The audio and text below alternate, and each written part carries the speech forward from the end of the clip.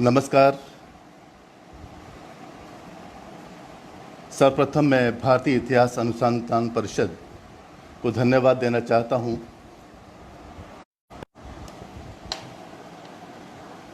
नमस्कार। सर्वप्रथम मैं भारतीय इतिहास अनुसंधान परिषद को धन्यवाद देना चाहता हूं कि आज अंतर्राष्ट्रीय योग दिवस के अवसर पर आपने मुझे अपने विचार आपके से बांटने का अवसर दिया। आज जिस विषय पर मुझे बात करना है वो है वर्तमान परिदृश्य में अष्टांग योग की भूमिका। साथियों, हम सभी जानते हैं योग एक जीवन शैली है और अंतर्राष्ट्रीय मान्यता दिलाने के लिए हमारे माननीय प्रधानमंत्री जी ने अथक प्रयास किए हैं। ऐसे में अब योग शिक्षकों का दायित्व है, योग विषय के जानकारों का दायित्व है कि सही योग समाज के बीच में जाए, क्योंकि जितनी प्रसिद्धि जिस विधा में होती है, मिलावट के उतने ही आसार उसमें बढ़ जाते हैं। योग हमारे प्राचीन ऋषि मुनियों ने अपने जीवन में गंभीर अन्वेषण के द्वारा समाज को दिया और एक ऐसी विधा थी जो सामान्य जनमानस के लिए नहीं मानी जाती थी। आधुनिक युग के प्रणेता महर्षि पतंजलि ने योग के 8 अंग निरूपित किए।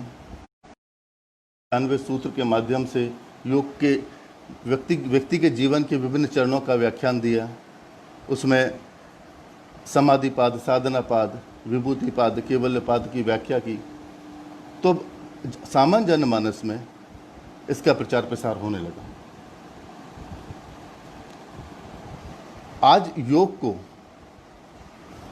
जिस रूप में दिखाया जा रहा है, सिर्फ आसनों को योग मान लिया जाए या सिर्फ प्राणायाम को योग मान लिया जाए तो इससे संपूर्ण लाभ योग का नहीं मिलेगा, क्योंकि योग को माना गया है आत्मा से परमात्मा के मिलन का माध्यम। लेकिन कौन सी आत्मा? प्योर आत्मा, विशुद्ध आत्मा।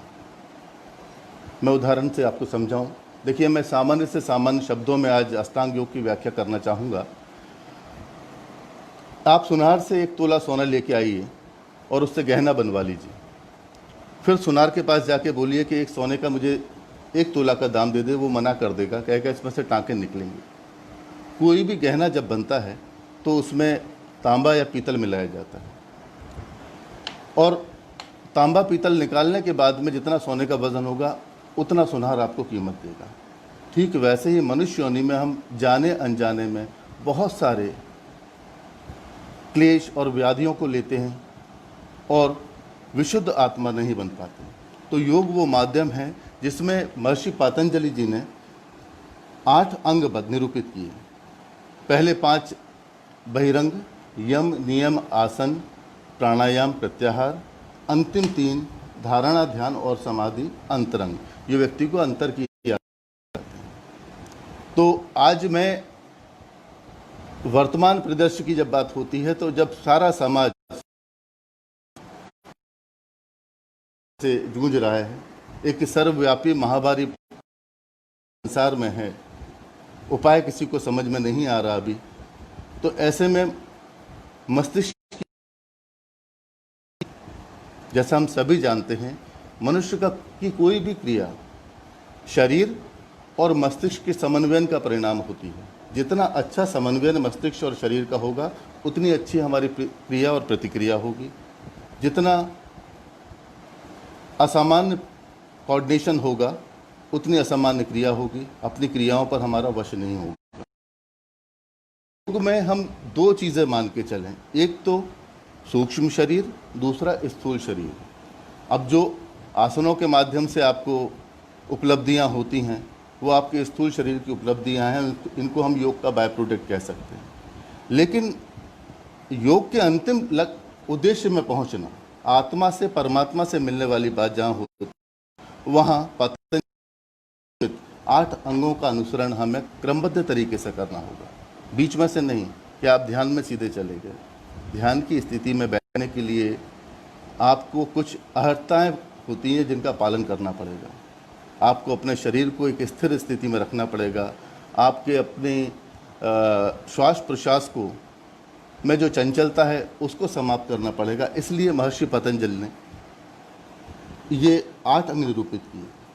तो मैं एक एक अंग की बात करूंगा और धीरे धीरे मैं बाद में आपको 5 पंच क्लेश और वृत्तियों के बारे में बात करूंगा। अभी शुरुआत में मैं सिर्फ यम, नियम, आसन, प्राणायाम, प्रत्याहार की बात करूंगा। महर्षि पतंजलि जी ने यम के 5 घटक बताए। सबसे पहला अहिंसा। व्यक्ति मन, कर्म और वचन से अहिंसक रहे। ऐसा नहीं कि केवल आप किसी को फिजिकली हार्म कर रहे हैं तो आप हिंसा कर रहे हैं। आप अगर बुरे शब्द भी बोल रहे हैं वो भी हिंसा है। इसके और आगे मैं बात करूं, आप अगर बुरा चिंतन भी कर रहे हैं वो भी हिंसा है। आप उसका बुरा करेंगे वो बाद में करेंगे, लेकिन अपना बुरा आप पहले करने लगते हैं क्योंकि आपके ब्रेन में केमिकल चेंजेस शुरू हो जाते हैं, आपके हैप्पी मैसेंजर्स डिस्टर्ब हो जाते हैं। तो अहिंसा पहला यम बताया। समाज में रहने के लिए अनिवार्यता है यम, उसका पहला अंग है अहिंसा। लेकिन अहिंसा का भी पूर्ण रूप जानना बहुत ज़रूरी है। आमतौर पर हम एक श्लोक सुनते हैं, अहिंसा परमो धर्म, लेकिन संपूर्ण श्लोक है अहिंसा परमो धर्म, धर्म हिंसा तथैव च। अहिंसा उत्तम धर्म है, लेकिन धर्म की रक्षा के लिए, राष्ट्र की रक्षा के लिए, स्वाभिमान की रक्षा के लिए अगर हिंसा की जाए, जब हिंसा अनिवार्य हो जाए, दूसरा कोई रास्ता ना रहे, अगर हिंसा ही अधर्म मान लिया जाए, तो भगवान कृष्ण ने भी महाभारत धर्म की रक्षा के लिए, धर्म की स्थापना के लिए किया। भगवान राम ने भी युद्ध का सहारा लिया। महाराणा प्रताप ने भी स्वाभिमान की रक्षा के लिए, देश की रक्षा के लिए सब कुछ न्यौछावर कर दिया।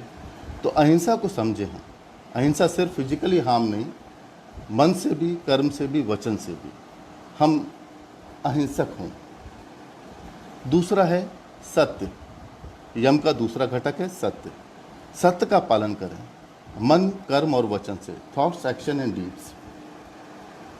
हम केवल सत्य बोले नहीं, सत्य सोचे, सत्य का अनुसरण करें। एक पुरानी कहावत है कि सत्य परेशान हो सकता है, पराजित नहीं होता। और बार बार मन, कर्म और वचन, मन, कर्म और वचन मैं इसलिए बोल रहा हूँ कि अगर आप मन वचन से बोल रहे हैं, मन में नहीं है, आपके विचारों में नहीं है, तो आप द्वंद्व की स्थिति में जाएंगे। आप दुनिया में हर व्यक्ति से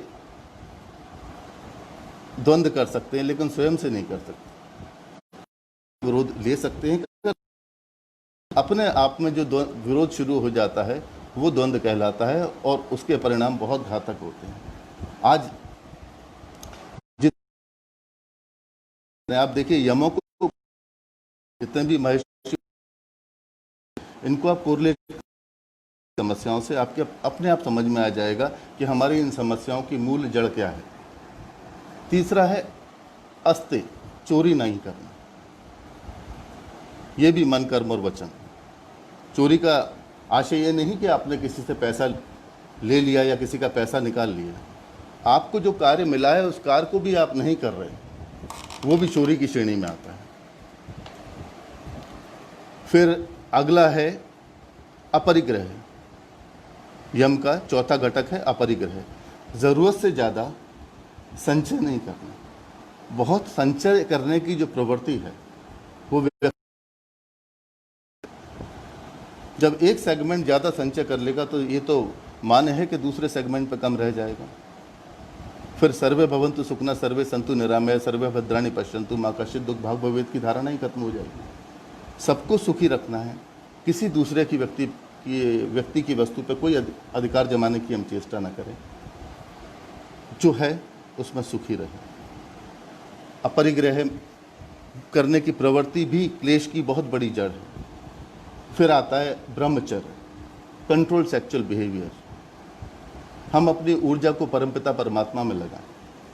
बहुत ऊर्जा है, उसको परमपिता परमात्मा में लगाएं, क्योंकि वो अंतिम ध्येय है आपका। सुख आपको, संपूर्ण सुख वहीं मिलेगा और बाकी सब क्षणिक सुख हैं और सुख की लालसा होती है। तो बंधुओं, ये 5 यम बताए जिनके बिना आप योग के अगले चरण में नहीं जा सकते। 5 नियम बताए। फिर ये व्यक्तिगत डिसिप्लिन है, ये व्यक्तिगत, इनको हम नैतिक मूल्य कह सकते हैं। तो ये भी 5 बताए उन्होंने। पहला बताया शौच। क्लीनिनेस, एक्सटर्नल एंड इंटरनल, आंतरिक और बाहरी क्लीनिनेस। केवल ऊपरी स्वच्छता नहीं। मुझे कबीरदास जी का दोहा याद आता है कि नहाए धोए से क्या हुआ, मिटो न मन को मैल, तो बास न जाए। मछली जल में रहती है फिर भी दुर्गंध आती है, क्योंकि उसमें जीवा दोष है, हमेशा अच्छे खाने पर जाती है। तो कोई भी अगर विकृति आप पाल लेंगे, बाहर कितने भी स्वच्छ रहिए, तो आप सही शौच का पालन नहीं कर पाएंगे। और इसका दूसरा पहलू ये भी है कि बाहरी क्लीनिनेस भी ज़रूरी है, क्योंकि आप जैसे परिधान, जैसे वातावरण में रहते हैं आप, वैसा आपका मन होना शुरू हो जाता है। ये दोनों एक दूसरे से जुड़े हुए हैं। बाहरी और आंतरिक शौच शुद्धि अनिवार्य है। उसके बाद में दूसरा नियम है संतोष। आधा खाली ग्लास देखने की प्रवृत्ति असंतोष को जन्म देती है। हम आधा भरा ग्लास भी देख सकते हैं। तो अपनी प्रवृत्ति बना लीजिएगा, अच्छे के लिए प्रयास करना, जो है उसमें सुखी रहना। देखिए, मैं हमेशा कहता हूँ, पास्ट समस्या हमारी या तो अतीत की स्मृति में होती है, भविष्य की चिंता में होती है। ना भविष्य का अस्तित्व है, ना अतीत का अस्तित्व है। भविष्य में जाने की किसी भी लिविंग ऑर्गेनिज्म की कोई गारंटी नहीं, और भूत को कोई ला नहीं सकता। तो वर्तमान है, इसमें जिए। इसमें हम तभी जी पाएंगे जब हम में संतोष होगा। हम इधर उधर घूमते रहेंगे और मिलेगा कुछ नहीं। अगला उस महर्षि पतंजलि ने नियम बताया, तप, ऑस्टेरिटी, नो शॉर्टकट। मेहनत करके जो मिलेगा आपको, तप के जो मिलेगा, उसकी आपको वैल्यू मालूम होगी। योग साधना ही एक तप की साधना है, क्योंकि अंतिम उद्देश्य इसका समाधि है। उसकी को गुजरना ही पड़ेगा। इसके बिना आप बीच में से कोई प्रोसेस पकड़ लेंगे तो आपको वो अनुभूति नहीं मिलेगी, आपको सिद्धि नहीं मिल पाएगी। फिर ईश्वर प्राणिधान, इससे लिखा होता है कहीं कहीं कि आप कैमरे की सतत निगरानी में हैं। हम थोड़े से कॉन्शियस हो जाते हैं। इसी तरह से हम ईश्वर के कैमरे की सतत निगरानी में हमेशा रहते हैं। ईश्वर का स्मरण करें, हमेशा इस सोच के साथ रहें कि अहम ब्रह्मास्मि, मेरे अंदर ईश्वर है। जैसा विवेकानंद जी ने कहा भी है, मैं हर उस व्यक्ति की पूजा करता हूं जिसके अंदर ईश्वर है। पांचवा उन्होंने अंग बताया इसका, स्वाध्याय। आप अच्छा अध्ययन कीजिए, अच्छे लिटरेचर पढ़िए, अच्छे लोगों की संगत में रहिए। जैसी संगत में आप रहेंगे वैसे ही विचार आपके पास आएंगे। आप नेगेटिव लोगों के साथ रहेंगे तो आपके हैप्पी मैसेंजर्स डिस्टर्ब हो जाएंगे ब्रेन के। आप पॉजिटिव लोगों के साथ रहिए, पॉजिटिव बातें कीजिए, समस्या से ज़्यादा समाधान के बारे में सोचिए। अच्छे जब ग्रंथ पढ़ेंगे, प्रेरणादायक ग्रंथ पढ़ेंगे। योग वास्तव में भारत में की मिट्टी में घुला हुआ था। आज जो हम यम नियम समझ रहे हैं या पढ़ रहे हैं, हम थोड़ा गौर करें, पीछे चले जाएं तो हमारे दादी नाना नानी इन कहानी किस्सों में ये सब बता दिया करते थे कि क्या मॉरल वैल्यूज़ हैं, क्या पर्सनल एथिक्स हैं। तो इनको फॉलो किए बिना हम अगले स्टेप में नहीं जा सकते। अगला स्टेप कौन सा है? आसन। आज आसन की परिभाषा बहुत अलग तरह से लोग देते हैं। जो जितने मुश्किल आसन लगा ले उसको उतना बड़ा योगी मान लिया जाता है, जबकि ऐसा नहीं। अगर ऐसा हो तो जिम्नास्ट, रस्सी पे चलने वाला नट, लोहे के छोटे से गोले में निकल जाने वाला नट बहुत बड़ा योगी हो। महर्षि पतंजलि ने योग के आसन के बारे में जो व्याख्या की एक श्लोक के माध्यम से, उन्होंने कहा, स्थिर सुखम आसन। जिस शारीरिक स्थिति में आप लंबे समय तक बैठ सकें स्थिरता के साथ में और सुख का अनुभव करें, वो आसन है। देखिए, दो एस्पेक्ट हैं। एक मैंने पहले भी बोला, जो फिजिकल आपको बेनिफिट्स योग से मिल रहे हैं, लेकिन एक्चुअल जो योग की यात्रा है वो समाधि है, आत्मा से परमात्मा का मिलन है। तो उसमें जाने के लिए आपको स्थिरता ज़रूरी है। शारीरिक स्थिरता के लिए कोई भी आसन आप उसमें से दस्त हो जाते हैं, अभ्यास करते हैं। उसके बाद में उन्होंने चौथा अंग बताया प्राणायाम। प्राणायाम के लिए उन्होंने बोला तस्मिन् सति श्वास प्रश्वास योगति विच्छेदा प्राणायाम। इच्छा अनुसार योग रीति से जब हम प्राण वायु को या श्वास प्रश्वास को रोक लें, इच्छा अनुसार योग रीति से, अयोग रीति से नहीं, घातक हो जाएगा। क्योंकि हर प्राणायाम में तीन घटक होते हैं, तीन पहलू होते हैं, पूरक, कुंभक और रेचक, इनहेलेशन, होल्डिंग एंड एक्सहेलेशन। तो वो समझना ज़रूरी है। बहुत तरह के प्राणायाम बताए गए हैं, इनको अलग अलग ऋतुओं में करते हैं। इसका दूसरा एस्पेक्ट भी है आपके, क्योंकि इसको करने की प्रोसेस, आपके लंग्स बहुत बड़े ऑर्गन हैं, इनको आप फुली एक्सपेंड करते हैं, कॉन्ट्रैक्ट करते हैं, तो उसमें सेल हो जाते हैं, एक्टिवेट हो जाते हैं। तो आपको पतंजल के योग में, अष्टांग योग में इनकी व्याख्या नहीं है। उसमें तो प्राण श्वास प्रश्वास को इसलिए रोकना है क्योंकि मन की चंचलता खत्म हो जाए, शरीर में स्थिरता आप ले आए। अब मन की चंचलता को खत्म करना, कितना सूक्ष्म रूप बता रहे हैं महर्षि पतंजलि कि आप श्वास प्रश्वास से भी जो डिस्टर्बेंस हो रहा है, जो चंचलता आ रही है, वो योग के लिए, योग की सिद्धियों के लिए घातक है। तो इसमें प्राणायाम में हम मन की चंचलता को समाप्त करते हैं और स्थिरता की ओर अग्रसर होते हैं। अब अगला बहिरंग है प्रत्याहार। प्रत्याह दो शब्दों से मिला है, प्रति और आहार। आहार मीन्स का आशय, प्रत्याहार मतलब निकाल देना। आपके मन में जो भी बातें हैं, रोड हैं, उन सिद्धि के लिए घातक है। जो भी पंच क्लेश हमारे बताए गए हैं, अविद्या, अस्मिता, राग, द्वेष, अभिनिवेश, ये सारे के सारे बहुत सारी बातों को स्टोर करते हैं मस्तिष्क। तो दूसरा कुछ और नहीं आ पाएगा। जैसे आपको तो शुद्ध घी एक पात्र में रखना है और उस पात्र में पहले से 100 ग्राम केरोसिन है। उस केरोसिन को फेंकेंगे या खाली करेंगे, उस पात्र को धोएंगे, उसको पोंछेंगे, सुखाएंगे और सूंघ के देखेंगे, फिर उसमें घी डालेंगे। यही प्रत्याहार है। विचार रहित अपने मस्तिष्क को कर देना। तो ये महर्षि पतंजलि रंग है। अब हम बात करते हैं अंतरंग की, जो अंतर की यात्रा पे ले जाते हैं, धारणा, ध्यान और समाधि। तो धारणा क्या है? अब आपने खाली कर लिया, अब उसमें धारण करना है। जब आप धारण करेंगे तो किस बात को धारण करेंगे? उन विश्वासों को धारण करेंगे जिनके द्वारा आपको मनोवांछित स्थिति में जाने में सहायता मिले। उन विश्वासों को, उन ध्येय को आप, जिनके द्वारा आप योग के अगले चरण में जाएं, अष्टांग योग के अगले चरण में जाएं, जहां हम ध्यान की बात करेंगे।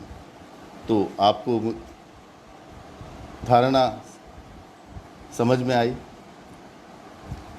मैंने पहले बोला था मैं कोशिश करूंगा बहुत सरल शब्दों में आपसे बात करूं। तो धारणा के बाद में आता है क्या?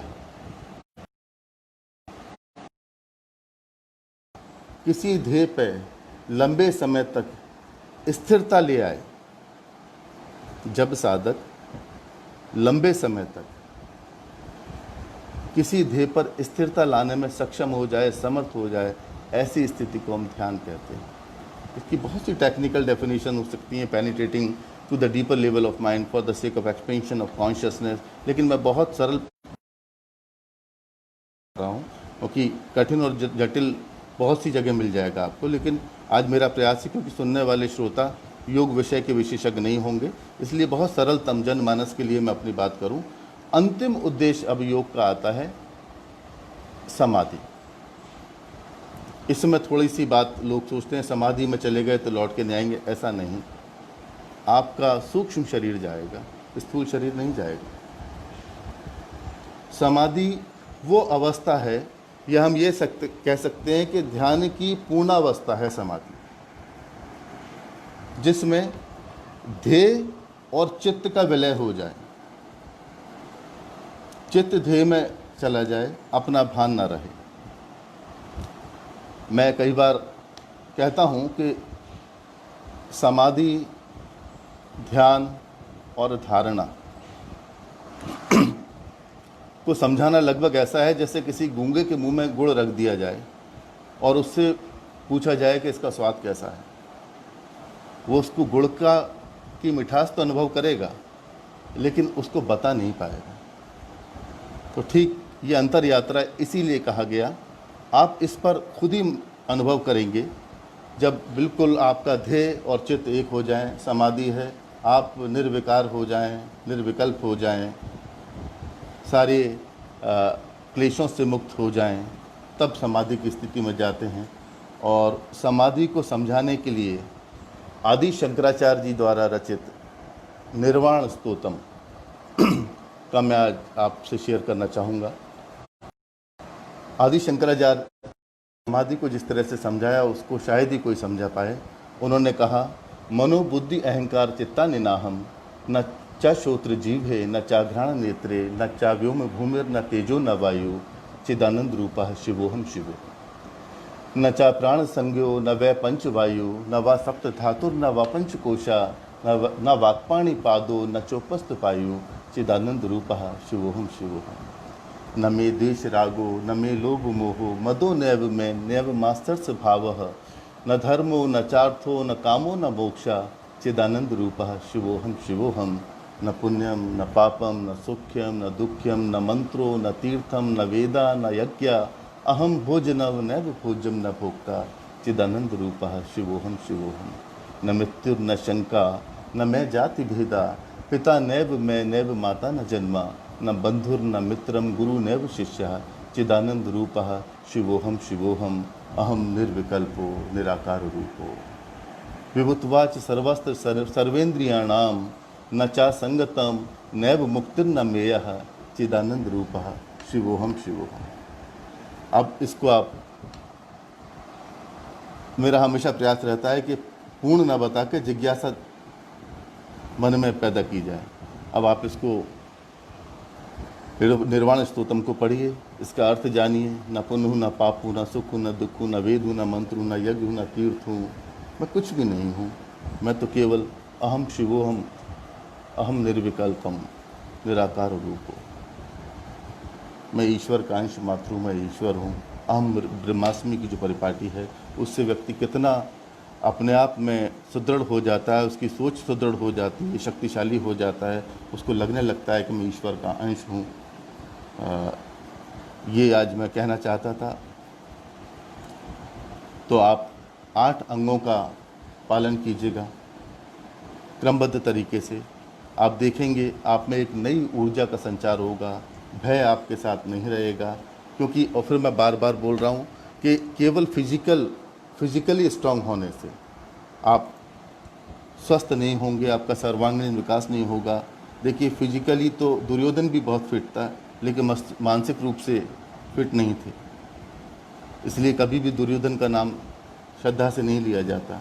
अगर हम मस्तिष्क और शरीर के समन्वयन का उदाहरण दें तो हनुमान जी का नाम लेंगे। दोस्तों, इतना ही मुझे आज कहना था।